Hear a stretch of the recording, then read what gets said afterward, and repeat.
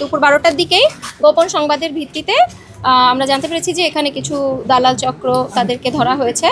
তো এবং জেলা প্রশাসক, মাননীয় জেলা প্রশাসক ও বিজ্ঞ জেলা ম্যাজিস্ট্রেট স্যারের নির্দেশনায় আমি এক্সিকিউটিভ ম্যাজিস্ট্রেট হিসেবে এখানে এসেছি এবং তাদের সাথে কথা বলার মাধ্যমে এটা প্রমাণিত হয়েছে এবং তারা নিজ মুখে স্বীকার করেছেন ৩ জন যে তারা এই কাজের সাথে জড়িত ছিল এবং তারা এটা অঙ্গীকার করেছে যে পরবর্তীতে এ ধরনের কোনো কাজ করবে না।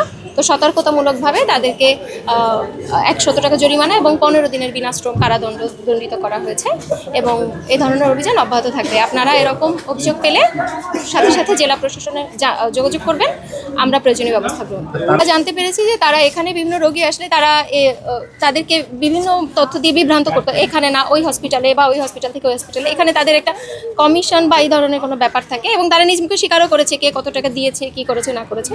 তো আমরা আশা করছি এই সমস্যাগুলো দ্রুতই সমাধান হবে, আমাদের এই ব্যবস্থা অব্যাহত থাকবে। ধন্যবাদ। সার্বিক নির্দেশনায় আমরা নরসিংদী জেলা এলাকার যে সকল সরকারি হসপিটাল আছে সেইগুলি দালাল মুক্ত করতে অভিযান চালাচ্ছি।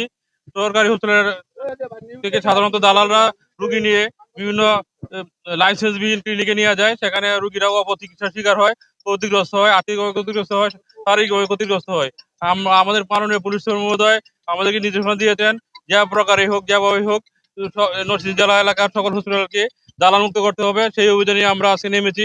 আমরা আজকে 4 জনকে 100 হসপিটাল থেকে আটক করেছি। ভবিষ্যতে আমাদের এই অভিযান চলবে ইনশাল্লাহ। আমাদের অভিযান পর্যায়ক্রমে চলবে, আমরা বাকি সবদেরকে ধরবো ইনশাল্লাহ। তার চক্রের সদস্য তারা নিয়মিত ভাবেই এখানে সরকারি হসপিটালে আসে, এসে রুগীদেরকে বিভ্রান্ত করে ক্লিনিকে নিয়ে যায়। তাদের বিরুদ্ধে আগে থেকে তথ্য ছিল আমাদের কাছে, আমরা সেই তথ্যের ভিত্তিতেই আমরা আজকে তাদেরকে আটক করেছি।